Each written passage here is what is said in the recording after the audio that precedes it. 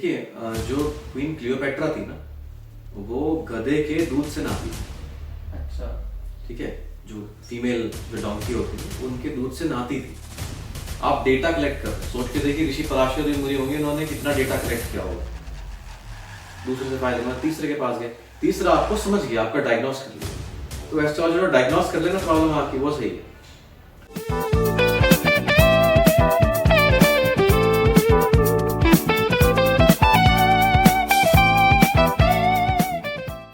Hey guys, welcome back to the channel. और आज हम फिर से एक नए टॉपिक की तरफ एक्सप्लोर करेंगे। और आज मैं फिर से वेलकम करता हूं हमारे गेस्ट, और no fear and astro Thiru is here. और लास्ट टाइम हम लोगों ने जैसे डिस्कस किया सारे हाउसेस, आज हम डिस्कस करेंगे सारे राशिस और प्लैनेट्स। ठीक है, तो कैसे हैं आप? मैं बिल्कुल ठीक हूँ, आप कैसे निष्का? एकदम बढ़िया। आज हम लोग थोड़ा सा टेक्निकल भी जाएंगे, इन द सेंस कि हम देखेंगे सारे राशि कैसी होती हैं, दिखती हैं, उनके क्या स्पेसिफिकेशंस होते हैं, उनके बारे में भी हम आज जानेंगे। और इफ पॉसिबल हम आज कवर करेंगे प्लैनेट्स भी। तो देखते हैं आज का सफर कैसा रहता है। तो शुरुआत करेंगे, डायरेक्ट क्वेश्चन करते हैं कि जो राशि हमारी, तो उसके बारे में एक एक करके बात करेंगे। तो आप पहले 12 राशियां बताइए। ठीक है। और हम कोशिश करेंगे, लास्ट में हमारे पास बहुत अच्छे अच्छे कमेंट्स आए हैं, जिसमें एक दो वीडियोस भी हमारे पास आए हैं, तो हम लास्ट में क्वेश्चन भी करेंगे, तो लास्ट तक बने रहिएगा। ठीक है। तो देखिए, आप सब लोगों ने न्यूज़पेपर तो पढ़ा होगा, उसमें सब अपना कहते हैं ना डेली हॉरोस्कोप पढ़ते थे कि आज मेरा दिन कैसा जाएगा। तो वो हमारी 12 राशियां हैं। ठीक है, अब जो 12 राशियां हैं वो पूरा हमारा ज़ोडिएक कवर करती हैं। ठीक है, जैसे कि मैंने आपको लास्ट वीडियो में बताया था, 12 राशियों में हमारी पूरी लाइफ की जो बिगिनिंग है ना, बिगिनिंग से लेके एंड कवर हो जाता है।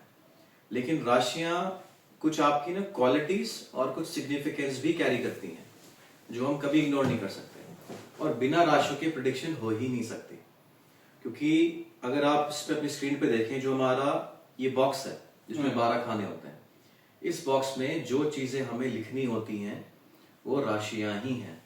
ठीक है, मैं शुरुआत करता हूँ मेष राशि से। ये उत्पत्ति की राशि है, मंगल इसका स्वामी है। जब कोई चीज शुरुआत होती है किसी चीज की, वो मेष राशि से ही देखी जाएगी। इंग्लिश में इसको एरीज बोलते हैं। दूसरी आपकी राशि है वृष राशि। ठीक है, इसका स्वामी शुक्र है। ये राशि हमारे नरिशमेंट की है, खाने पीने की, हमारे परिवार की, हमारे कुल की राशि है। टॉरस बोलते हैं इसको। तीसरी राशि हमारी जेमिना है। ठीक है, इसकी राशि के स्वामी बुध है, क्योंकि ये राशि इंटेलेक्ट की है। जब एक ना हमारे दिमाग में एक थॉट आता है कि हमारी फैमिली से हटके भी कुछ है दुनिया बाहर, वो मिथुन राशि है। इसको जेमिनाई बोलते हैं, इसमें जोड़ा होता है। फोर्थ हमारी राशि है कैंसर। इसमें ल्यूमिनरी राशि जो है, इसका लॉर्ड है मून आपका। और इसको कर्क बोलते हैं, एक केकड़ा होता है। ठीक है, इसका सिंबल। पांचवी राशि आपकी सिंह, लियो, रॉयल साइन है, और इसका सूर्य मालिक है। चंद्रमा सूर्य की एक ही राशि है। ठीक है, उनमें ज्यादा खिटपिट नहीं है आपकी, बड़े सिंपल ग्रह, रॉयल ग्रह, उनका फरमान आता है, वो आपको फॉलो करना ही पड़ेगा। अब आती है कन्या राशि। ये बुध की दूसरी राशि है, जिसको वर्गो बोलते हैं।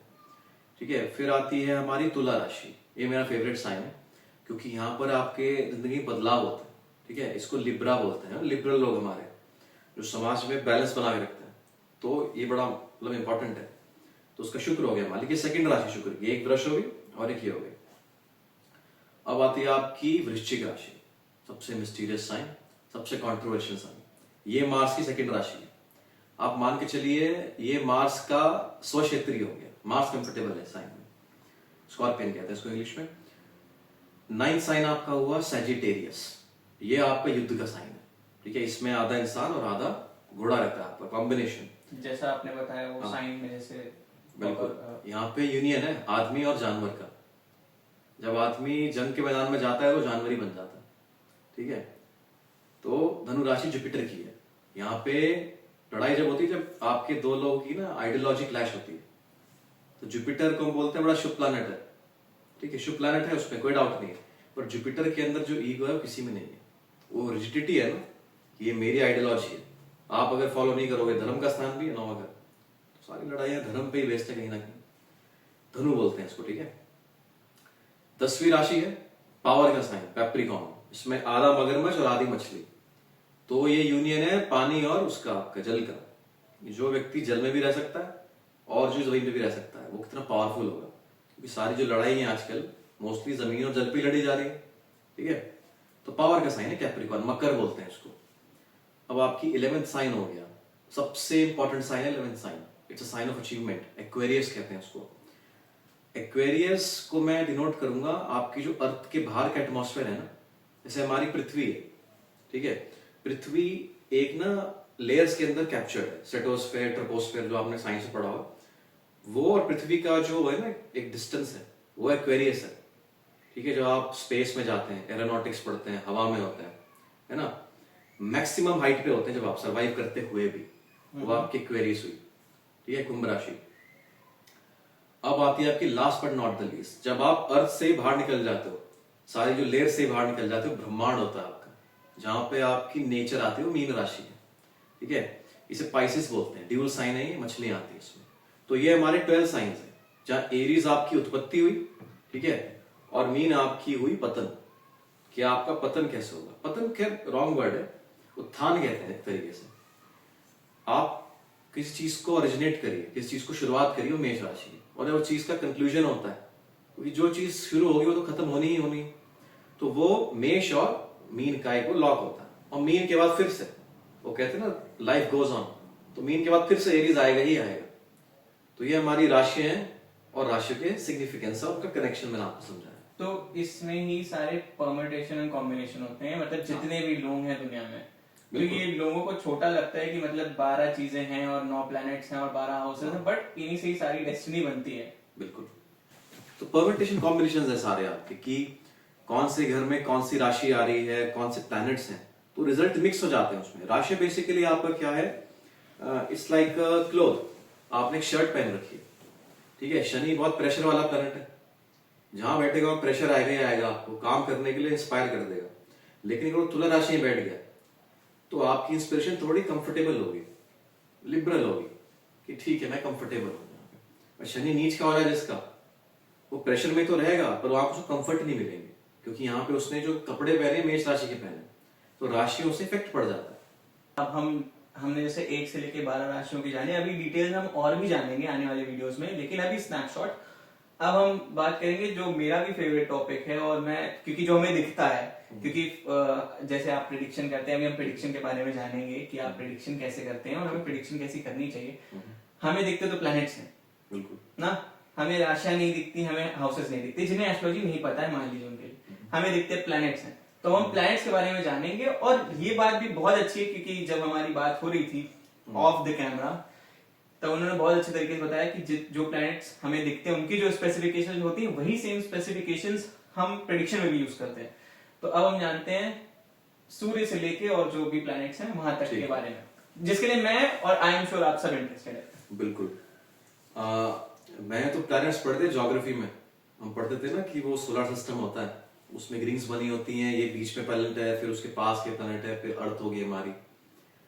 देखिए प्लैनेट हमारे 9 हैं अगर हम प्लैनेट्स की मान के चलें, लेकिन मैं 10 बोलूंगा प्लैनेट्स जो हम एस्ट्रोलॉजी में ट्रेडिशनली यूज करते हुए आए हैं, ठीक है। पहला है सूर्य, हमारा सन, किंग की एनर्जी है, क्योंकि किंग हमेशा सेंटर में रहता है। तो people who are centre of attraction they are denoted by sun. मजबूत सूर्य आपको किसी हॉरोस्कोप में मिल जाएगा, उसको कुछ करने की जरूरत नहीं, वो ऑलरेडी टेंशन में है, क्योंकि सूर्य लाइट है आपका, जहां लाइट है वहां पे आपका जाना ही है टेंशन। हमारे आंखें लाइट्स के ही प्रोसेस करके इमेज बनाती है। सूर्य राजा हो गया, राजा को you can not ignore, royalty को। अब आता है सेकंड प्लैनेट, आता है आपका चंद्रमा। मैं आपको पहले श्रृंखला बता रहा हूँ कि ऑर्डर के हिसाब से, फिर मैं आपको उसका एस्ट्रोलॉजिकल ऑर्डर बताऊंगा ढंग से। सूर्य के बाद आगे चंद्रमा, जहां राजा हो तो रानी होगी होगी।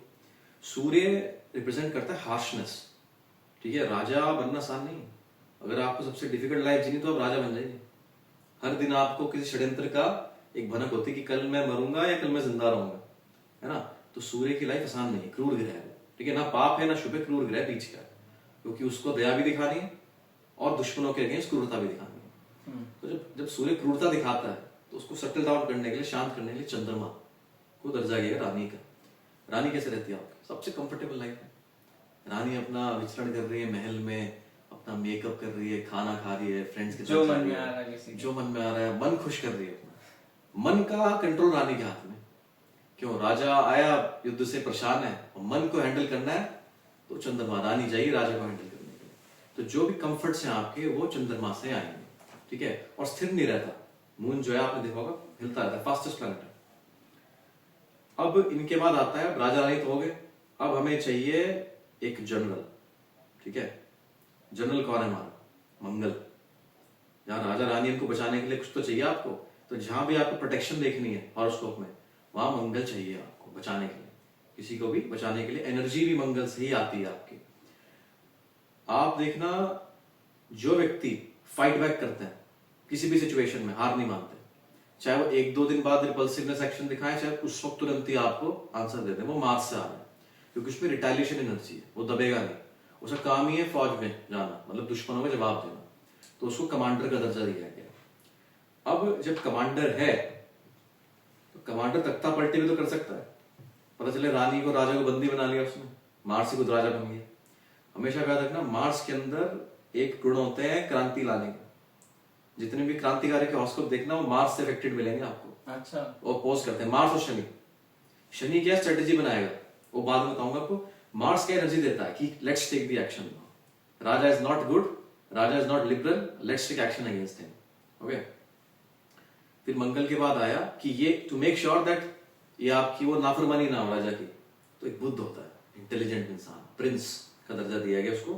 प्रिंस का काम है मैन्यूवर करना सारी चीजों को, क्यूरियस रहना कि सूर्य के दिमाग में क्या है, चंद्रमा के दिमाग में क्या है, मंगल के दिमाग में क्या है ना, तो सबको मैनिपुलेट करके रखना अपनी इंटेलिजेंस का इस्तेमाल करके। वो मरकरी, छोटा बालक बिल्कुल ना, यंग लोग दिखते हैं मरकरी से, बिल्कुल पार्टी में जा रहे हैं, सोशलाइट है, मरकरी से आप रिप्रेजेंट करेंगे उन लोगों को। अब आता है, अब अगर आप ज्यादा ही इंटेलिजेंट हो गए तो आप सोचेंगे आप बहुत ज्यादा इंटेलिजेंट हो गए, तो यहाँ पे आपको एक बैरोमीटर चाहिए कंट्रोल करने के लिए कि गुरु मैं ही हूं। तो आता है आपकी बृहस्पति कि क्या नीति के विरुद्ध है और क्या नीति के लिए सही है। वो आपको आइडियोलॉजिकल एक ज्ञान देंगे नीति का कि ये चीज ठीक है, ये चीज ठीक नहीं है। इसलिए बृहस्पति को ना 9th हाउस मिला है, धर्म का जो घर है।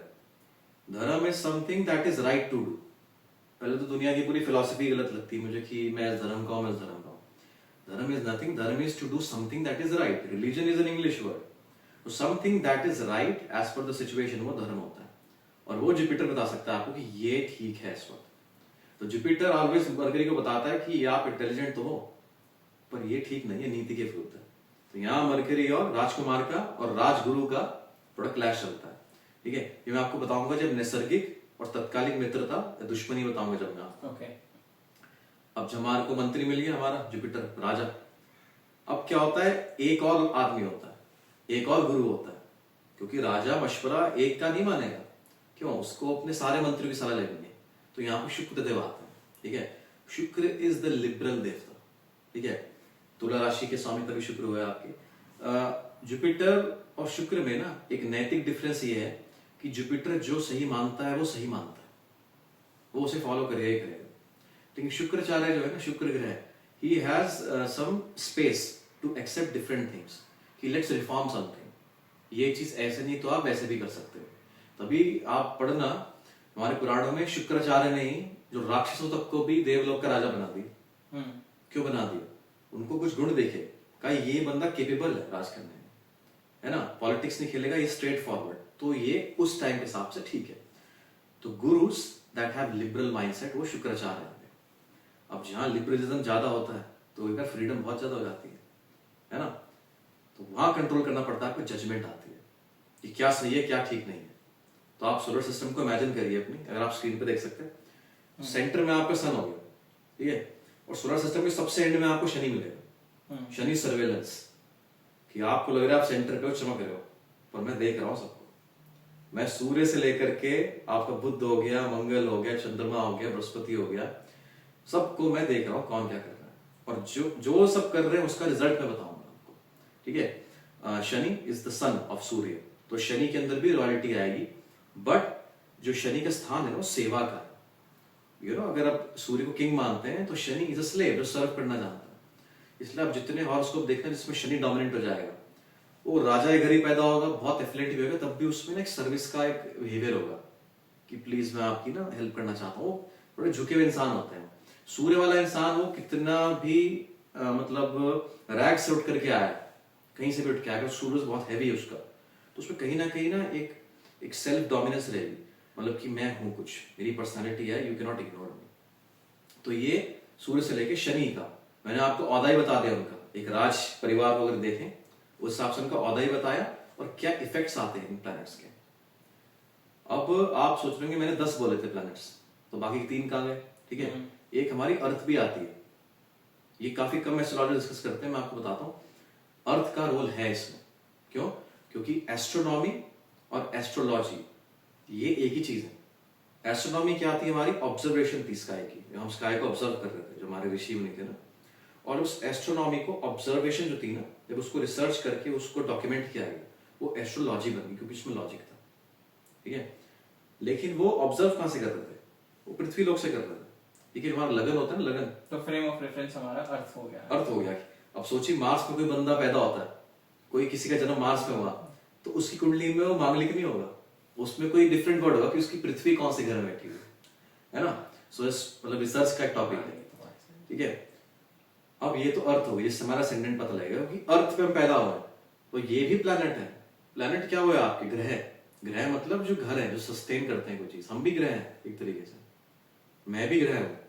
अब इस वक्त मैं आपसे बात कर रहा हूँ एस्ट्रोलॉजर बन के, तो मैं साक्षात जुपिटर हूँ, मैं भी ग्रह हूँ, एक बॉडी है मेरी, आप टच कर सकते हो मुझे, तभी ग्रह दिखते हैं आपको। ठीक है, आप सोचेंगे जो दिखते नहीं है वो कौन है? वो है राहु केतु। क्योंकि चक्र जो है ना हमारा मेष राशि से मीन राशि का, उत्पत्ति का और उत्थान का, ये कंटिन्यू होता रहता है।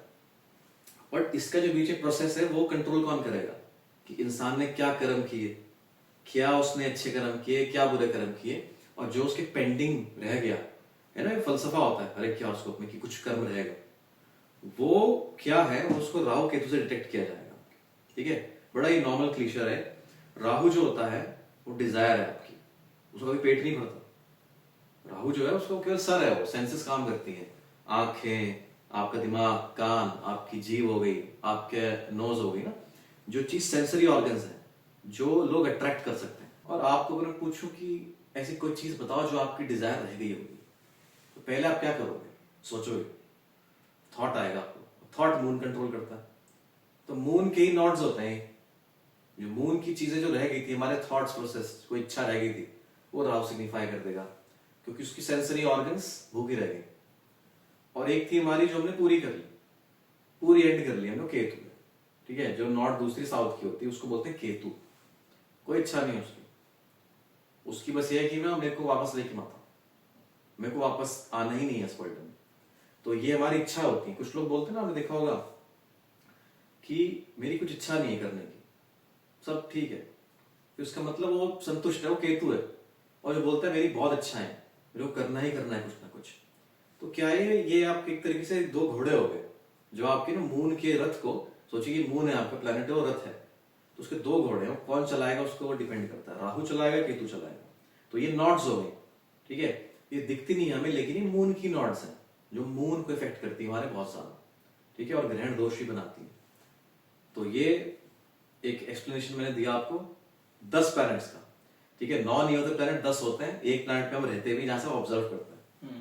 ठीक है, प्लैनेट 3 में से और भी हैं, बट खैर उसकी बात हम बाद में करेंगे। वही पूछना चाहता था कि अब हम जैसे हमने जाने, पहले हमने जैसे हाउसेस के बारे में बात करी, उसके बाद हमने बात करी अपनी राशि के बारे में, फिर हमने अब प्लैनेट्स के बारे में बात करी।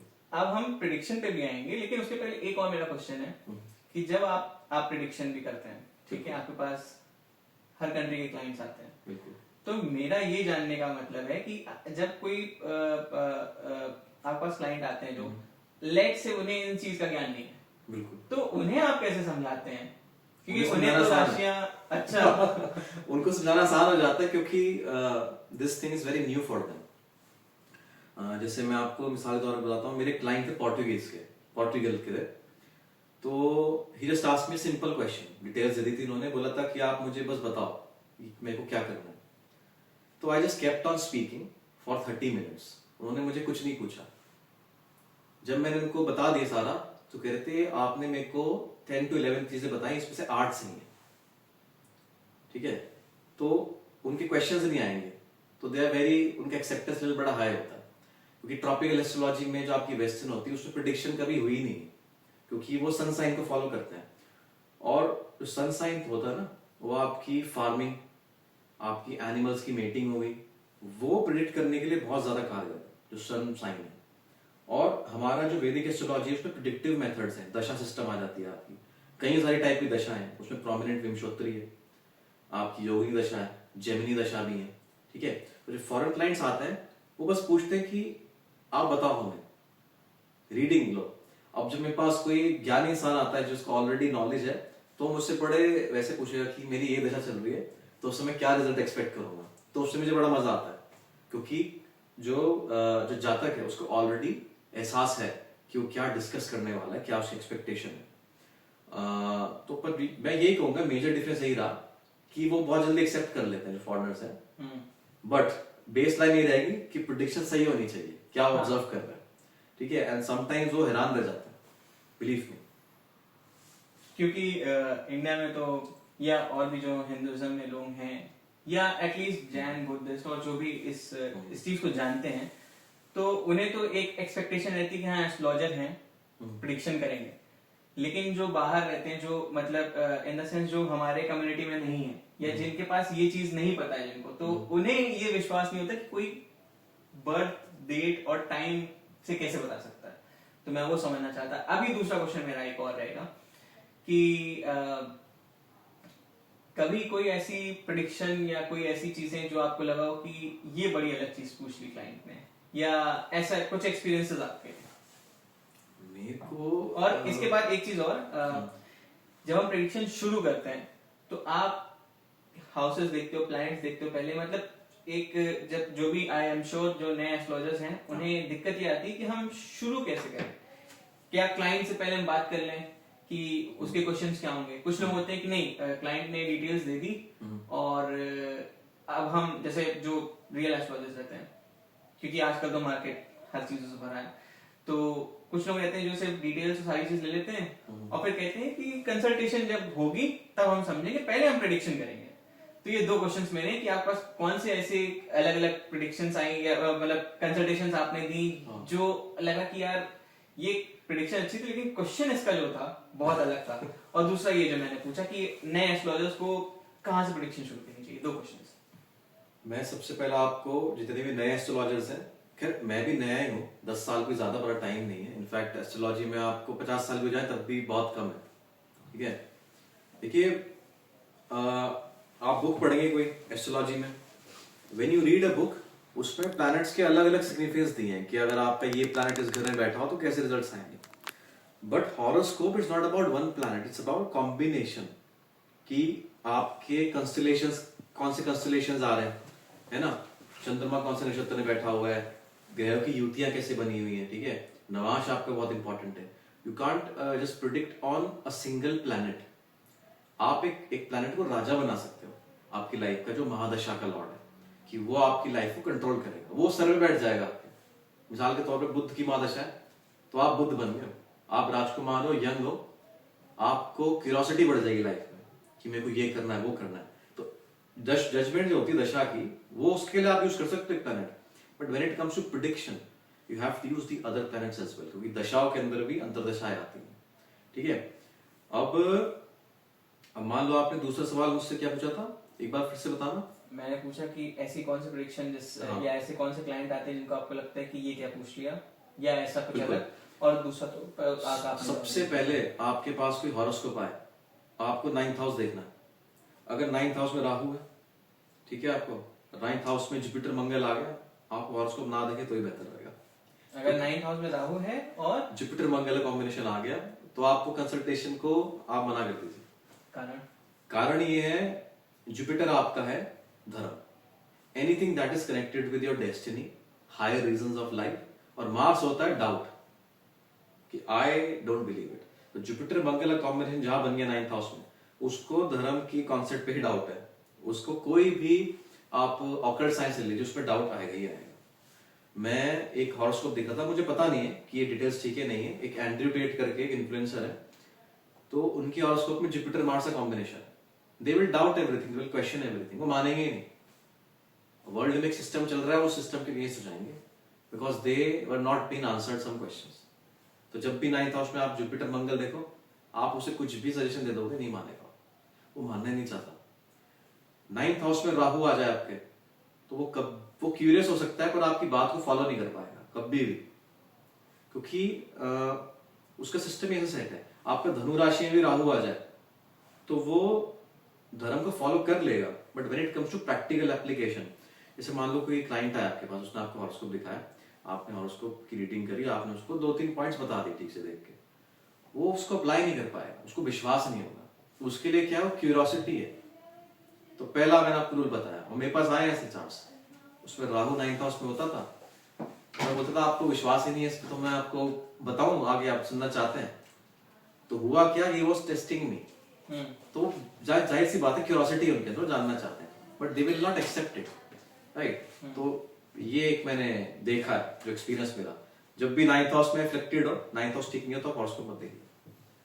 अभी हमारे कुछ क्वेश्चन जो कमेंट में भी आए हैं और इंस्टाग्राम में भी आए हैं, मैं उनको एक दो पढ़ता हूँ, ठीक है। तो एक कमेंट आया है कि इन्होंने कहा है कि इन्होंने सुन रखा है कि अगर राहु 2nd हाउस में है किसी का और प्रेडिक्शन कर रहा है, आप उनसे पैसे नहीं लेने चाहिए। इसके बारे में क्या मतलब, ऐसा क्यों कह रहे हैं? अगर ये मिथ भी है, अगर ये मिथ भी है तो ये ऐसा क्यों बन रखा है, या क्या चीज है? मिथ नहीं है इसमें। राहु आपका प्लैनेट है ना, मैं आपको बताया डिजायर क्या रहती है, ऐसी चीज जिसके लिए इंसान इनसिक्योर रहता है कि यार ये मेरे को नहीं मिली चीज। तो 2nd हाउस में राहु होता है, तो ऐसा इंसान हमेशा इनसिक्योर होता है पैसों के लिए। तो जो इंसान इनसिक्योर है पैसों के लिए, आप सोचो कितना ध्यान से रखता होगा पैसों को अपने, और उसकी इच्छा नहीं है देने की, आप उससे अगर लेंगे तो उस पैसे बरकत नहीं है। एक होता है कि राहु वैसे जिसका 2nd हाउस में होता है, उनके पास पैसे आने के चांसेस हैं, क्योंकि उनका पूरा फोकस ही पैसों की तरफ रहता है, but there is a insecurity, तो खुले दिल से पैसा नहीं दे पाते, ठीक है। They are like a bit miser. तो तभी सामने वाले को ऐसा लग जाता होगा, क्योंकि मेरा प्रैक्टिकल रीजन है कि यार उनसे पैसे नहीं लेने चाहिए। May be was not in good condition, may be was insecure, पैसे नहीं थे उसके पास, तो काफी जायज है, सही है। हाँ। पर इसके पीछे कोई ऐसा रीजन नहीं है कि पैसों में बरकत नहीं होती। Actually they are struggling for money, उनका पर्पस ही था पैसों पर ध्यान रखना, तो ऐसे लोग जल्दी अपनी पॉकेट का एक्सेस नहीं देते। अच्छा, एक कमेंट और है, जैसे कि जो लोग एस्ट्रोलॉजी शायद ज्यादा उतना नहीं जानते हैं, फॉलो नहीं करते, वो मानते नहीं है, तो या फिर मतलब ये कहते हैं कि जब सब भगवान देख रहे हैं तो सब उनके ऊपर ही है, तो उस बारे में क्या कहना चाहिए आपका? मैं ऐसे लोगों से रोज डील करता हूँ, तो जो मुझसे मिलते हैं तो कंसल्टेशन ले ही रहे होते हैं, तो मैं टाइम वेस्ट ही नहीं करता, क्योंकि वो लेना है कंसल्टेशन, मेरा काम है कि प्रॉब्लम बताना, और जब बताता हूँ तो मान ही लेते हैं बात में। बट स्टिल इस बारे में आपका पर्सनल ओपिनियन क्या है कि अगर जैसे हम भगवान के ऊपर या सबके ऊपर पूरा समर्पण कर दिए, ठीक है, उस मामले में आदमी फेयरलेस हो जाता है कि जो होगा देखा जाएगा, तो क्या ये भी एस्ट्रोलॉजी में कॉम्बिनेशन होता है कि बंदा मतलब चाहे जो भी हो, इसके क्या कहते हैं, इसने भगवान के ऊपर सब छोड़ दिया, तो क्या ये भी कॉम्बिनेशन एस्ट्रोलॉजी के थ्रू ही होता है, लेकिन बंदे को लगता है कि नहीं अब तुम? कॉम्बिनेशन होता है एस्ट्रोलॉजी के थ्रू, बट वैसे ही आंसर करने के लिए मैं इतना केपेबल नहीं हूँ, क्योंकि मैं अभी भक्ति मार्ग पे चला नहीं, और शायद अगर कहीं मैं चलूं तो मैं आपका आंसर आपको बढ़िया दे पाऊँ। बट कुछ कॉम्बिनेशंस हैं जो दुनिया को ठोकर पे रख के चलते हैं ना, उनको कोई टेंशन नहीं है, उनका केतु बहुत स्ट्रांग होता है। मैंने देखे हैं ऐसे लोग, बहुत स्ट्रांग केतु वाले लोग होते हैं। जैसे मैं आपको बताता हूँ, जिनका केतु 7th हाउस में हो, ठीक है, 7th हाउस माने हो गया आपके जो भी सामने व्यक्ति प्रकट है, आप जिनसे भी डील करेंगे, वहां केतु बैठ गया, तो केतु वैसे ही उन लोगों को अब्सॉर्ब कर लेगा, उनको कुछ बोलने नहीं देगा ज्यादा। यानी लगन में इनका राहु होगा, वो उतना नहीं मानेंगे एस्ट्रोलॉजी को, खुद बड़े अच्छे एस्ट्रोलॉजर हो सकते हैं बट मानेंगे नहीं ज्यादा, वो प्रपंच कारक होते हैं। राहु 2nd हाउस में होते हैं, उतने इनसिक्योर होते हैं खुद को लेकर के, तो दूसरे को डाउन करने की कोशिश करते हैं। देखिए पहली बात, वो धर्म को मानता नहीं, धर्म is a way of living, it's not religion, religion is a different word. But मेरा ऐसा मानना है कि एस्ट्रोलॉजी 100% काम करती है, हम लोग टूल्स हैं, एक टूल है, हमें उसका इस्तेमाल करना आ सकता है, नहीं आ सकता। मैं तो आपको एक ना एक आपको सिंगल लाइन में बताऊंगा, किसी एस्ट्रोलॉजर की ना अगर टाइम अच्छा नहीं है तो वो भी प्रिडिक्शन नहीं कर पाएगा, पर इसमें दोष एस्ट्रोलॉजर का है कि उसका टाइम सही नहीं चल रहा। टूल्स बहुत अच्छे हैं, काम करते हैं। आपके एक एस्ट्रोलॉजर है अमेरिकन बेस्ड प्रोफेसर जेम्स ब्रा, वो कहते हैं मैं फर्स्ट सेशन में ही बता देता हूँ सारा कुछ, सेकंड बार मेरे से कंसल्टेशन होती नहीं, तो first impression is the last impression. तो कहते हैं पहली बार चार्ट देख के बता दूंगा ऐसा ऐसा ऐसा करके होने वाला, दूसरी बार मैं कुछ बता ही नहीं सकता। And although he is a brilliant student, कितना पढ़ चुके हैं कि मैंने बुक्स भी पढ़ी है, बहुत प्रैक्टिकल, उन्होंने काफी मिथ्स हटाए भी हैं मांगलिक वगैरह वाले जो हैं। खैर बड़े दो राय हो सकते हैं हमारे व्यूज में। समर्पण ठीक है, it's a tool basically to make you conscious about your future and events. अब हम कुछ बात करेंगे जो कुछ मिथ्स भी हैं, जैसे मैंने कुछ ऑनलाइन भी सर्च करे हैं और देखे हैं, और ऑब्वियसली जो आजकल इंस्टाग्राम और ऑनलाइन है, तो कुछ रेमेडीज ऐसी होती है जो बहुत ही बेसिर पैर की मानी जाती हैं। ठीक है। अब जैसे कुछ रेमेडीज तो एस्ट्रोलॉजर सर्च करते हैं भगवान के ऊपर, या आप ये पढ़िए वो पढ़िए, ठीक है। कुछ रेमेडीज होती है मटेरियलिस्टिक रेमेडीज हो जाती है। तो जैसे मैंने सुना है, ठीक है, आजकल की भाई वीनस स्ट्रॉन्ग करने के लिए लोग आप दही लगाइए वो भी प्राइवेट पार्ट्स में वो कहते हैं। देखिए जो क्वीन क्लियोपेट्रा थी ना, वो गधे के दूध से नहाती थी। अच्छा। ठीक है, जो फीमेल जो डोंकी होती है उनके दूध से नहाती थी। अब उसके पीछे क्या लॉजिक है? कोई लॉजिक नहीं है। ठीक है, मैं आपको ये बता सकता हूँ जितनी राशियां हैं ना, 12 राशियां, वो आपके डिफरेंट बॉडी ऑर्गन्स को डिफाइन करती है। ठीक है, और अगर शुक्र और खाद्य पदार्थ आपकी जो वर्ल्ड की पोजीशन है, समान है, जगह है, डायरेक्शंस है, सब में राशियां प्लैनेट्स हैं। अब कोई अगर आपको दही लगाने के लिए बोलता है आपके प्राइवेट पार्ट्स में, उसमें भी बुराई नहीं है। बड़े बड़े रानी राजकुमार वो दूध दही शहद से लेपन करते थे, नहाते थे। ठीक है, उस टाइम पे परफ्यूम्स नहीं होते थे, सोप्स नहीं होते थे, तो they used to use that. हाँ, ये तो ठीक है, सही कहा। अब कुछ लोग बोलते हैं आपकी नाभि में आप इत्र लगाइए। हाँ, ये भी मैंने भी सुना है ना, लोग कहते हैं चंदन का या कुछ, चंदन हो गया, गुलाब का इत्र हो गया, हाँ। वो वेल्थ अट्रैक्ट करता है। ठीक है, कर सकते हैं आप, आपका बॉडी आप उसका ध्यान रख सकते हैं, चाहे दही से करें दूध से करें, बट आपको लॉजिक समझना है उसका। देखिए दही जो है वो शुक्र का कारक है, मैं मानता हूँ। घी भी शुक्र का वो है पदार्थ है, आप घी लगा लीजिए, आप दही लगा लीजिए, मुझे नहीं लगता कि कोई इसका इफेक्ट पड़ता है। पर अगर आपको अच्छा लगता है, हाँ। ये मैंने कभी ट्राई नहीं करी, मैं उसी चीज को प्रोपोगेट करूंगा जो चीज मैंने प्रैक्टिस करी है। हाँ। ठीक है, मैं कोशिश करूंगा।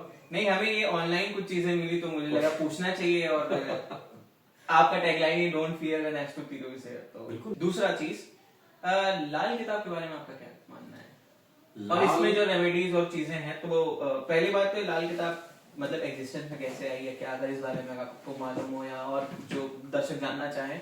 लाल किताब की सबसे लैंग्वेज है ना, वो बहुत ही मिक्स्ड है। उसमें आपको हिंदी नहीं मिलेगी, उर्दू नहीं मिलेगी, अप्रोप्रिएट मिक्स लैंग्वेज है। हाँ, एक चीज मैं आपको बोल देता हूँ, उसके उपाय बहुत काम करते हैं। अगर आपको कोई उपाय करने हो इमीडिएट इफेक्ट के लिए, तो लाल किताब is the best option, but वो लॉन्ग टर्म पे काम नहीं करेगी।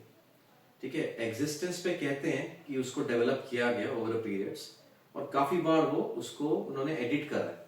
मैंने पढ़ी है लाल किताब। लाल किताब में आपका हस्तरेखा विज्ञान है, आपकी ग्रह की पोजीशंस कैसे पता करते हैं, आप अपने हाथ से ही हॉरोस्कोप बना सकते हो। लाल किताब में यहाँ तक बताया गया, हाथ देख करके चिन्हों से आप बता सकते हो। लाल किताब is a remedy friendly book, जिसका आपको इंस्टेंट इफेक्ट मिल जाए। जैसे आपको अपने प्लैनेट को हिलाना है। एक तो रावण की हम कहानी सुनते हैं कि रावण ने सारे ग्रह को अपने हिसाब से सेट कर दिया था जब विभीषण आने वाला था दुनिया में। दूसरा, लाल किताब में भी आपको उपाय मिलेंगे ग्रह को हिलाने के लिए। If you want your planet to be in particular house, आप हिला सकते हो, वो काम करेंगे टेम्पररी आपके, लेकिन परमानेंट सोल्यूशन नहीं है उसमें। तो आप मतलब ये कहना चाह रहे हैं कि हम रेमेडी फ्रेंडली बुक लाल किताब, बट लॉन्ग टर्म, बट मैं इसकी ओरिजिन में बात करने नहीं चाहूंगा कि मुझे इतनी जानकारी नहीं है। अच्छा। वो लैंग्वेज बेस्ड वैसी, वो लिखी पोएटिक लेवल पे है कि आपका ग्रह बादी हो जाए, मंदा ग्रह पड़ा हुआ है।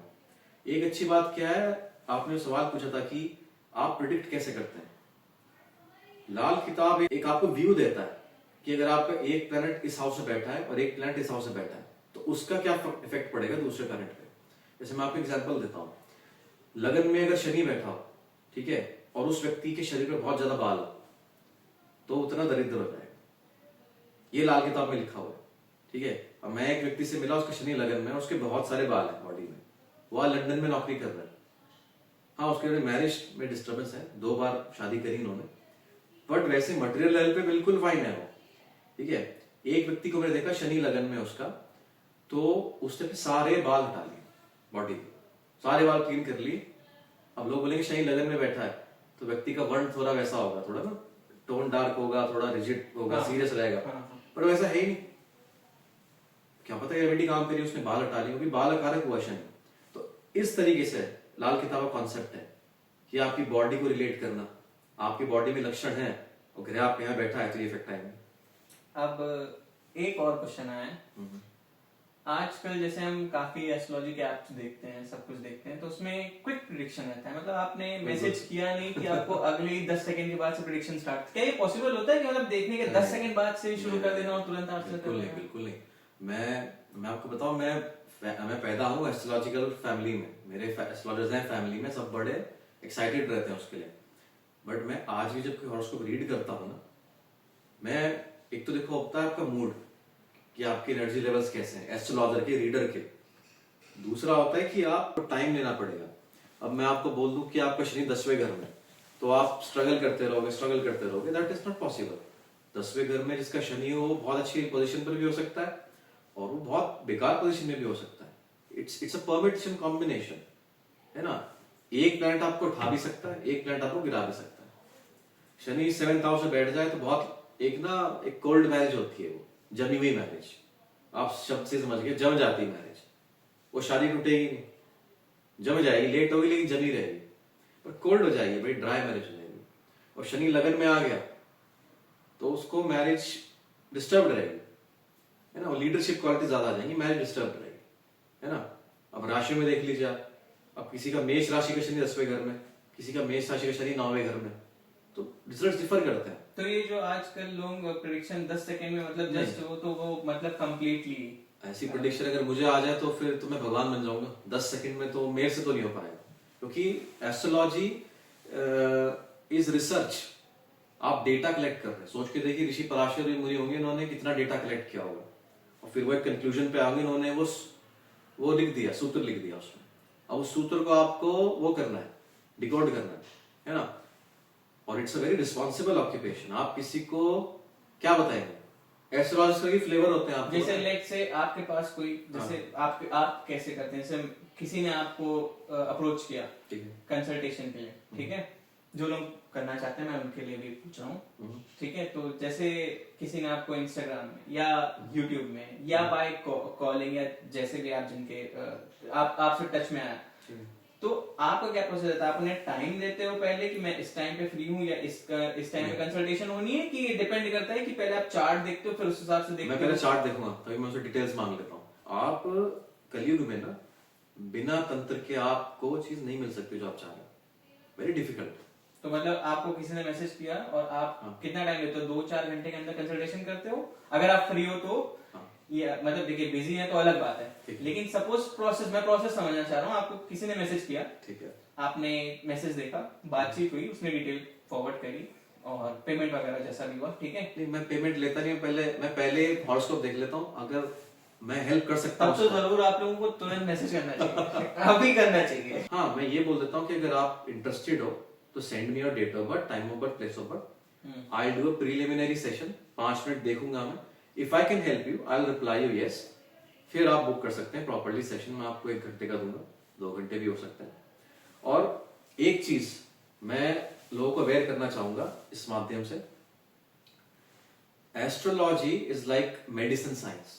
आप बीमार हो, डॉक्टर के पास गए, अब डॉक्टर एक कंसल्टेशन में आपको डायग्नोस करके दवाई देता है, फिर आप ठीक होते हैं, फिर आप अगेन कंसल्ट करते हैं कि मैंने ये दवाई का कोर्स फॉलो करा, अब मेरी कंडीशन ये, तो फिर आपको रीचेक करता है। एस्ट्रोलॉजर के साथ एक्सपेक्टेशन लोगों की क्या होती है कि मैंने अपना चार्ट भेजा, अब मुझे कोई मंत्र मिलेगा जादुई, अब मैं बस तैयार हूं, झंडा मेरे हाथ में, मैं बस मैं कोई ना बहुत बड़ा अचीवमेंट कर दूंगा, नहीं, you have to give regular sittings. Astrology is a medium of refining your life through alignments and remedies. उसमें आपको रेगुलरली जाना पड़ेगा एक कंसल्टेंट के पास, है ना। तो आप फीडबैक लेते हैं? फीडबैक लेता हूँ, बिल्कुल। फीडबैक नहीं लूंगा तो फिर मेरे को खुद पता ही चलेगा कि I am going on right way or not, because I practice and preach something that I have done it. ये बहुत अच्छी बात है, क्योंकि बुक को अंदर फॉलो नहीं करो आप। कई बार हम ऐसा देखते हैं कि आपने पेमेंट तो कर दी, एस्ट्रोलॉजर ने कंसल्टेशन भी कर दिया, उसके बाद आप रीच नहीं कर सकते, एस्ट्रोलॉजर भी आपसे डिस्कनेक्टेड है या कुछ है, तो उस टाइम पे लोगों को लगता है बात होगी। अब आप 10 जगह जाओगे तो 10, इट्स लाइक 10 डॉक्टर के पास जाओगे सेम बीमारी लेके, वो 10 अलग अलग दवाई देगा। बेटर क्या रहेगा कि आप एक एस्ट्रोलॉजर के पास रहें। और इस मामले में मुझे क्या अच्छा लगता है कि कम से कम आप आगे बढ़ के क्लाइंट से फीडबैक लेते रहते हैं, तो कम से कम एक पर्सनल कनेक्शन बना रहता है, बिल्कुल, जिससे चीजें आसान रहती हैं। वो नियति है ना आपको, अगर आपका भाग्य सही है तो आप सही इंसान के पास आ जाओगे। हाँ, ये भी बात। भाग्य सही नहीं है तो फिर आपने पचड़े पड़ना ही है। But take astrology as a medicine science. आपको डॉक्टर के पास रेगुलर जाना पड़ेगा। रेगुलर आप नहीं जाएंगे, आपने एक बार एक सेशन ले लिया। मैंने भी खुद सेशंस लिए हैं जब मैं अपने लर्निंग प्रोसेस में था, and I have no I am not shy. मैंने भी खुद एस्ट्रोलॉजी सेशन लिए हैं, मुझे बात करी है। अब कुछ एस्ट्रोलॉजर्स थे, वो एक वर्डिट बता देते थे, एक रिकॉर्डिंग भेज दिया, वो हो गया काम। But you can not consult them again. Okay, that is something not good with a client, because जब वो आ रहा है आपके साथ ना, बड़ी उम्मीद लेकर के आ रहा है, आप उसकी फुलफिल नहीं कर सकते। फर्स्ट कंसल्टेशन में आप बता ही नहीं सकते पूरा। अब जो एस्ट्रोलॉजर कहता है कि मैं फर्स्ट कंसल्टेशन में आपको पूरी लाइफ की रिपोर्ट लिख दे दूंगा, वो पॉसिबल नहीं। You have to do regular corrections.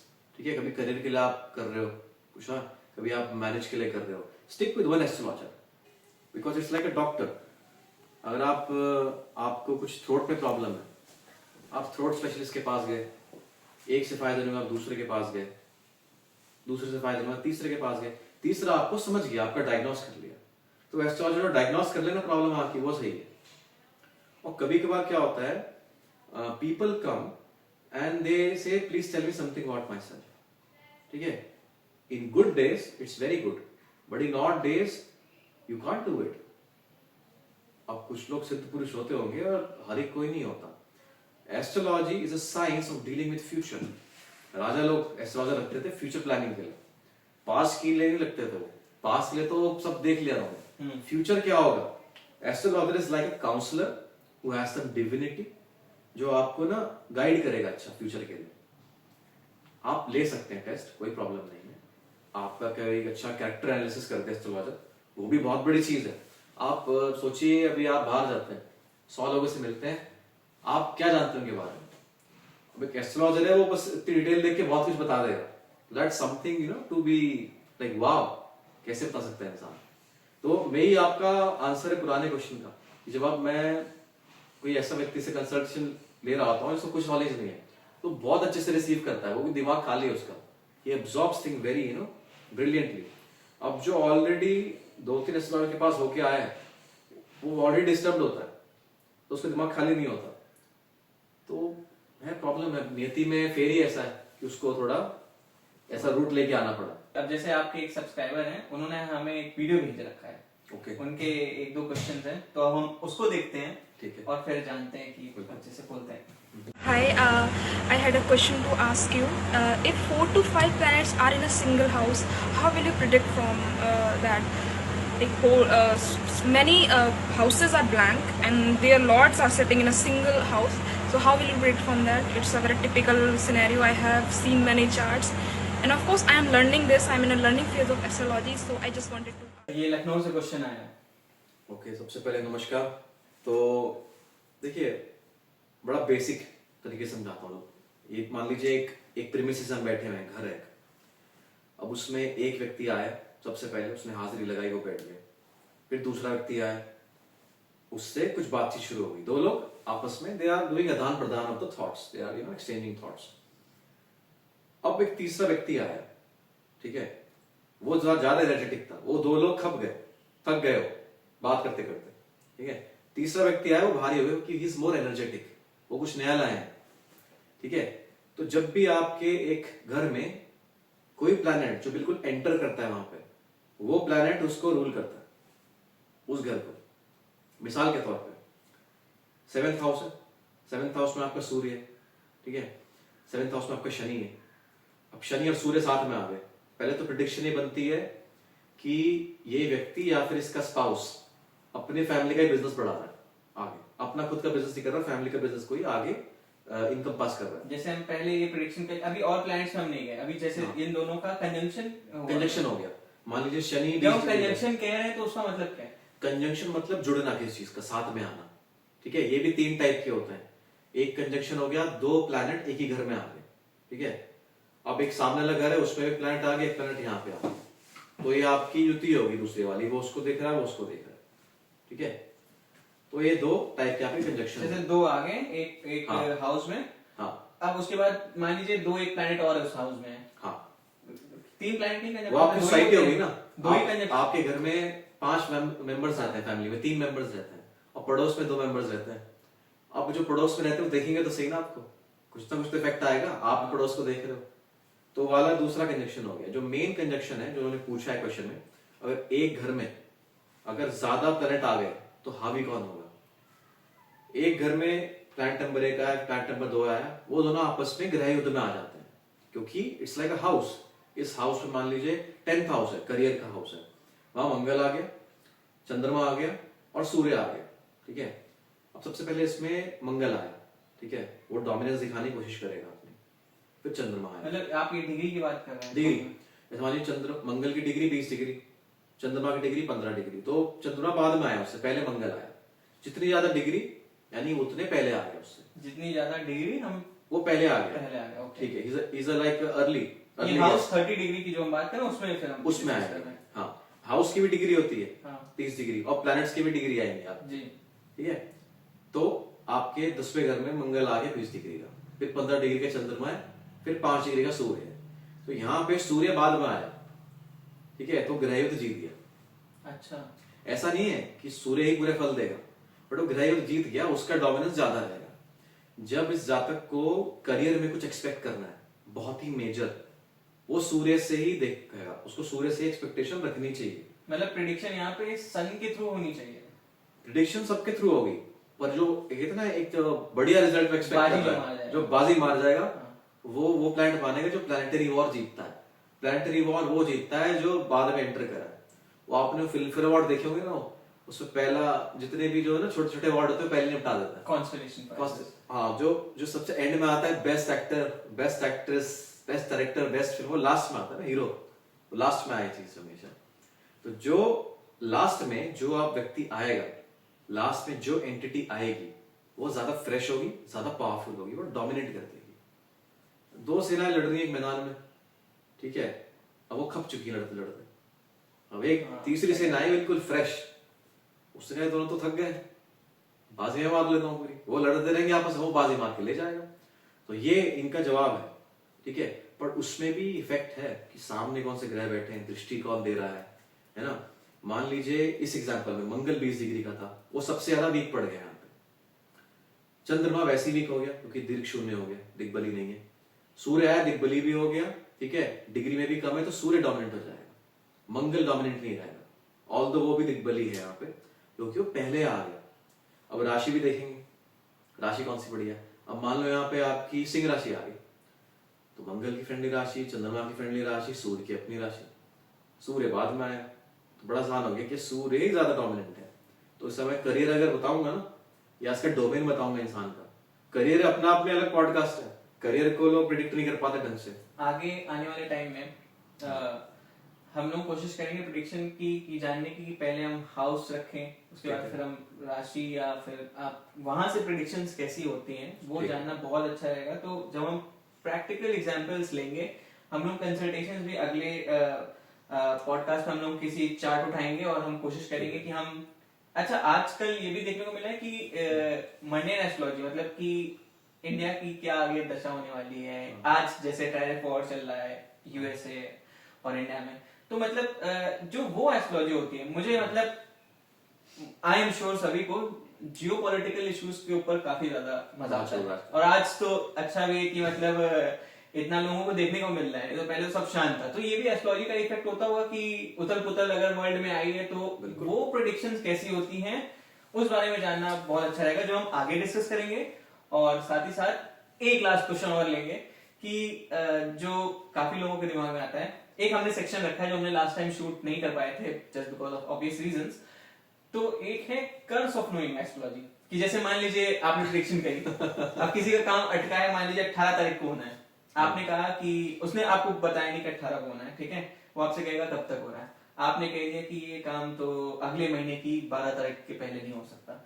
तो अब आदमी रुक जाता है कि नहीं यार, जब होना ही नहीं है तो मैं क्यों हाथ पाऊंगा। जैसे किसी का एक जैसे कंसल्टेशन आप बता रहे थे कि किसी को टेंडर लेना था, अब आपने कहा कि 12 तारीख के पहले टेंडर डालना तो मैं मिल जाएगा टेंडर, ठीक है। अब वो रुका हुआ है कि नहीं मैं 12 तारीख तक रुकता हूँ, अब एफर्ट्स उसके क्या हो जाएंगे कि अगले महीने की 12 तारीख तक मैं एफर्ट्स कम कर दूंगा, मैं उसके पहले ही डालूंगा। लेकिन जो लोग मान लीजिए कभी क्या होता है ना कि क्विक करना है तो करना है, निकल जाना है, होगा नहीं होगा, एक्सेप्ट होगा रिजेक्ट होगा, उन्हें पहले जानना है। तो ये कर्ज भी हो जाता है कि आपने तो कह दिया कि अगले महीने होना है, तो आदमी ठंडा पड़ जाता है कि अगले महीने होगा तो अभी हम चेंज करते हैं इस मामले में। तो ये कर्ज ऑफ नोइंग एस्ट्रोलॉजी जो कहते हैं, इस बारे में आपका क्या मानना है? कर्ज तो है, ये तो मानना पड़ेगा। A life being an astrologer is more conscious life. आपको हर चीज में एस्ट्रोलॉजी दिखेगी, आपको आपके चारों तरफ कलर्स दिखेंगे, आपको व्यक्ति दिखेंगे, उनके रूप दिखेंगे, आपको जगह दिखेंगी, उस पर सब में एस्ट्रोलॉजी दिखेगा आपको। That's a curse for an astrologer to being an astrologer. मैं जब मेरे को लगभग हो गए 10 साल हो गए एस्ट्रोलॉजी प्रैक्टिस करते हुए, मेरी 10 साल पहले वाली लाइफ ऐसी थी कि मेरा कॉन्शियस लेवल बहुत कम था। I would not know what's happening, क्या होगा, है ना, it's like living in a wonderland, you got it. लेकिन once I went in astrology, मेरे में एक अलग पावर आई है डेल्ट करने की प्रॉब्लम्स को। अब कहते किसी का 8th हाउस बहुत खराब है, प्रॉब्लम की जड़ी 8th हाउस है, अचानक प्रॉब्लम आगे पता नहीं है आपको, सोल्यूशन भी तो अचानक वहीं से आएगा। अब जब आप एस्ट्रोलॉजी प्रैक्टिस करते हो, एस्ट्रोलॉजी पढ़ते हो ना, तो आपका 8th हाउस वैसे ठीक हो गया, कष्ट कट गया आपके साथ, ठीक है। तो एक कर्ज भी और बोन भी है साथ में। कि मतलब जैसे सॉरी आपको इंटरप्ट कर रहा हूँ, जैसे उस केस में जैसे आपको पता है कि लेट से आपको कुछ चीजें लेने जानी है या कहीं लेट से ट्रेवल करना है, ठीक है, बहुत बेसिक एग्जांपल लेते हैं, ट्रेवल करना है, आपको पता है कि जैसे मान लीजिए कंसल्टेशन आप दे रहा हूँ, मैं किसी और पे लेता हूँ, आप कंसल्टेशन दे रहा हूँ, वो कह रहा है कि मुझे जाना है लेट से दूसरी सिटी जाना है, आपको पता है कि अभी इसकी ग्रह दशा या जो भी सही नहीं चल रही है, तो ये अगले महीने ट्रेवल करे, ठीक है। तो उस मामले में जैसे अगर किसी को पता चल जाता है कि यार अगले महीने जाना है या नहीं जा पा रहे या अभी नहीं बाद में जाएंगे, तो आदमी जब इन चीजों में थोड़ा सा हो जाता है तो एक वो होता है ना कि कुछ लोग होते हैं मुहूर्त देख के चलते हैं, मुहूर्त नहीं देख के चलते हैं। तो इस मामले में क्या काम जब डिले होता है तो उस वो कैसा रहता है, उस मामले में मुझे जानना है। देश काल परिस्थिति, ये सबसे बेस्ट सिस्टम है, वो आपको यूज करना चाहिए। मैंने बोला एस्ट्रोलॉजर ठीक है, आपने बुक्स पढ़ ली, आपको ज्ञान है, आपको फॉर्मूला पता है, कैलकुलेशन पता है, बट आप जिस देश में रह रहे हैं आपको उसकी कंडीशन नहीं पता, आपको काल क्या चल रहा है पूरे विश्व में वो नहीं पता, परिस्थिति क्या है जो आपसे कंसल्टेशन लेना है उसकी। अगर मानिए मेरे पास एक बच्चे का हॉरोस्कोप आता है जो भी 7 साल का है, एक आया मेरे पास हॉरोस्कोप जर्मनी से, 7 साल का बच्चा है, ऑटिस्टिक है, ठीक है। अगर वो उसकी मेरी की मॉम ने ये पूछा कि मैं इसको क्या करवाऊं आगे फ्यूचर में, तो मैंने बोला अभी देश काल परिस्थिति देखिए आप, देश जर्मनी है, वहां पे ऑटिस्टिक बच्चों के लिए एक अलग सिस्टम है, सरकार सपोर्ट करती है, उनके स्कूल में उनके लिए इंडिविजुअल टीचर है अलग से, तो you know collaborate their mental skills की वो कैसे लोगों से ना बातचीत कर रहे हैं। तो ये हो गया देश, ठीक है, प्रेडिक्शन में कर दूंगा, हाँ उसकी स्कूलिंग अच्छी जाएगी। अब हो गया काल, काल क्या चल रहा है, यूक्रेन में लड़ाई चल रही है, गजा में लड़ाई चल रही है, वहां तो काल ही विश्व वो चल रहा है, युद्ध काल चल रहा है ना वहां पे। अब वहां पे क्या सुविधा मिल जाएगी उसको, वहां पे तो ट्रीटमेंट नहीं मिल पाएगा, अगर वहां होता तो युद्ध काल नहीं है जर्मनी में इस वक्त। तो मैंने कहा ठीक है, इसका सुविधा मिल जाएगी, इसको पढ़ाई भी ठीक चलेगी, देश काल ठीक है। परिस्थिति क्या है, परिस्थिति है कि उसकी दशा अच्छी नहीं है बच्चे की, तो ये परिस्थिति खराब हो गई, तो मैं इस हिसाब से भी उसको एक प्रेडिक्शन दूंगा कि हाँ इसकी स्कूलिंग करवाइए कंट्रोल एनवायरनमेंट में, लेकिन दशा खराब है तो आपको उस पर नजर रखनी पड़ेगी, ठीक है। वो बच्चा जो है ना उसके अंदर कोलैबोरेटिव स्किल्स नहीं है, वो हाँ ना में ही समझता है चीजें बस। फॉर एग्जाम्पल आपने उसने पूछा कि उसको ना कुछ खाना है, आपने उसको ना बोल दिया तो वो बोलेगा हाँ, आप उसको हाँ बोल दिया तो ना बोलेगा, उसको आंसर्स नहीं पता, ठीक है। तो देश काल परिस्थिति, अब कोई मुझसे पूछता है कि सर मेरे को मैं अभी जॉब कर रहा हूँ, मुझे कनाडा की पीआर लेनी है, अब किस देश से आ रहा है, कुछ ऐसे देश हैं जहाँ कनाडा पीआर नहीं देता हो, हाँ है ना। अब कनाडा में मान लो कोई प्रॉब्लम चल रही, मान लो इंडिया से कोई जा रहा है, बीच में अभी कॉन्सुलेट से प्रॉब्लम हुई थी, तो देश काल परिस्थिति चल ठीक ही नहीं चल रही, फाइलें टक जाएंगे आप, उसमें काम आसान हो गया ना। तो ये काम एस्ट्रोलॉजर का है। You don't have to be good astrologer, you have to be a well connected man, you have to be aware about the environment. जहां आपने देश काल परिस्थिति को इग्नोर कर दिया, वहां बच्चा खा गया प्रेडिक्शन। अच्छा, एक लास्ट क्वेश्चन और लेंगे लास्ट, क्योंकि ये ऐसा टॉपिक है कि क्वेश्चंस तो खत्म होते नहीं है। तो अब हम एक लास्ट क्वेश्चन लेंगे कि ये जो हम देखते हैं न्यूज़पेपर्स में आते हैं रोज रोज, क्या कहते हैं, अलग अलग राशियों के फोरकास्ट, डेली फोरकास्ट। हाँ, डेली फोरकास्ट। तो क्या मतलब, जैसे लेट्स से इंडिया का ही लेते हैं हम, तो क्या 140 करोड़ लोगों की प्रेडिक्शन देना जस्ट ऐसे, तो क्या वो सही होती है, या उस बारे में क्या मानना है? अब ये एक राजा है ना, और एक जगह है, जगह पे राजा राज करता है, और उस राज्य का वो राजा है, तो राजा का और जगह का हॉरोस्कोप होता है। अब इंडिया कब से, सनातन धर्म जब से है तब से भारत की एक उपस्थिति रही है पूरे विश्व में। धर्म इतने नहीं आए थे प्रोमिनेंटली, लेकिन इंडिया जब आजाद हुआ तो उसके हॉरोस्कोप बना कि इस टाइम पे हम आजाद थे, हम स्वाधीन थे, पराधीन नहीं थे, वो एक हॉरोस्कोप बन गया। तो वो पैदावार हुई कंट्री की सॉवरेनिटी की, वो उसका हॉरोस्कोप बन गया। अब कंट्री डिसाइड करेगी कि इसके राजा किस टाइप के होंगे, आप समझ रहे हैं। जैसे मान लीजिए जो कुंडली है, मान लो किसी कंट्री की सिंह लगन, तो सिंह लगन की टीम में कौन से प्लैनेट आ गए, सूर्य, बृहस्पति, मंगल और चंद्रमा, ये उसकी टीम के प्लैनेट हुए। तो इस देश को वही प्रधानमंत्री सूट करेगा जिसकी लगन ऐसी हो या राशि ऐसी हो, जहां इन राशियों में प्लैनेट ज्यादा बैठे हो या इन्हीं ग्रह की दशा चल रही हो। अच्छा, अगर इनसे एंटी प्लैनेट आ गया तो वो बंदा टिक नहीं पाएगा जल्दी। जो आपका डेली फॉरकास्ट आता है न्यूज़पेपर में, उसमें आपको दो चीज देखनी बड़े बड़े गौर से। कुछ में आपको डेट लिखी होती है, हाँ, वो क्या रहता है, वो सन साइन है। अच्छा, वो सन पे बेस्ड है। उसमें आपको टिप दूंगा, अगर आप रिलेशनशिप के बारे में पढ़ना चाहते हैं तो वो पढ़ लीजिए, उसमें ठीक निकलेगा, क्योंकि सन साइन से प्रेडिक्शन है। सोलमेट कहते हैं, सूर्य सोल को रिप्रेजेंट करता है। अगर आप बहुत ही उसको जर्नलाइज पढ़ रहे हैं, चंद्रमा के अगर उसमें डेट नहीं है तो चंद्रमा के हिसाब से हो सकता है, बट लोगों में इतनी कॉन्शियस नहीं ना, मेंशन नहीं करते, इट्स जर्नलाइज्ड। मतलब लोग सुबह उठते हैं, देखा, हाँ अब एक बच्चा है, अब वो स्कूल में पढ़ता है, वो तुला राशि का है, हाँ, तो उसमें लिखा है कि आज आपका दिन बड़ा शुभ जाएगा, आपके बच्चों की तरफ से कष्ट आ सकता है। वो तो बच्चा लिखा रहता है आज धनी हो गए, उसका बच्चा धनी हो क्या होगा, छोटे बच्चे के लिए पॉकेट मनी एक्स्ट्रा मिल जाएगा। नहीं, मैं जनरलाइज बता रहा हूँ कि जैसे लिखा है आज धनी हो गया, आज एक्सपेक्ट कर सकते हो आप, किसी पे भरोसा कम करेंगे, आपको कुछ मिल जाए, धन बच गया आपका, आपको पॉकेट मनी मिली, घर में रिश्तेदार आगे कुछ आपको ना 100-200 रुपए पकड़ा के चले गए। अब मान लीजिए, अब प्राइवेट हॉरोस्कोप उसका देखोगे पर्सनल, हो सकता है उसका दादा का निधन हो गया, आज उसका धनियोग बन रहा है, तो इनहेरिटेंस में उसको प्रॉपर्टी मिल गई। ये जर्नलाइज चीज है। अब आज काफी सवाल पूछे हम लोगों ने, बेसिकली आपके भी सवाल इसमें थे जो हम लोगों ने कमेंट्स में देखे, डीएम्स में देखे, और सवाल तो कभी खत्म नहीं होंगे इस फील्ड में। आगे भी जाके हम काफी चीजें पढ़ेंगे, देखेंगे और जानेंगे। और एक अच्छी बात लगी कि जो आप रियल लाइफ एग्जांपल लेके एंड देन यू प्रेडिक्ट कुंडली का रेफरेंस लेके, जैसे भी वो तो आप कर रहे हैं, तो उस बारे में तो हमें जानकारी नहीं है, लेकिन हम आई एम श्योर आने वाली वीडियोस में करते करते हम लोग भी थोड़ा बहुत सीख जाएंगे। तो अच्छा लगा आपसे बात करके, और नेक्स्ट वीडियो के लिए प्लीज बने रहिएगा। और हम लोगों ने इसीलिए ये वीडियोस बनाए हैं ताकि आप भी सीखें एस्ट्रोलॉजी, जानें और कॉन्शियस रहें। डरिए मत, astrology is nothing to fear about, इसलिए मैं आया हूं। No fear, astro Thiru is here. Thank you so much sir, most pleasure is all mine, thank you so much. एक और हम क्या कहते हैं, मेरी विश है कि गिटार रखा है, थोड़ा सा अगर हम कुछ सुन ले तो अच्छा रहेगा अरे टाइम पे। ठीक है, चलिए। वैसे मैं हीरो बनना चाहता था, हाँ आपने बताया। तो अब देखिए देश काल परिस्थिति कैसे घूम करके आए वहीं पे। All the stars that above me are watching me. said to them, I want this, they're standing with me. I wanna be a superstar. I want, I wanna be a superstar. I want you.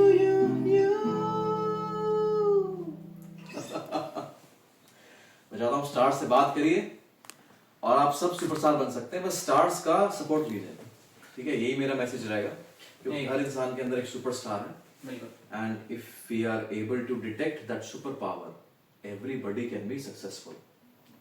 तो ऐसे ही आप भी गाते रहिए और क्या कहते हैं चीजें करते रहिए, और लाइक शेयर कमेंट सब्सक्राइब जरूर करिए, अपने दोस्तों तक ये वीडियोस पहुंचाइए, और कमेंट करके हमें जरूर बताइए। आप अपने क्वेश्चन अगले भेज सकते हैं। तब तक के लिए शबा खैर, बाय, गुड नाइट।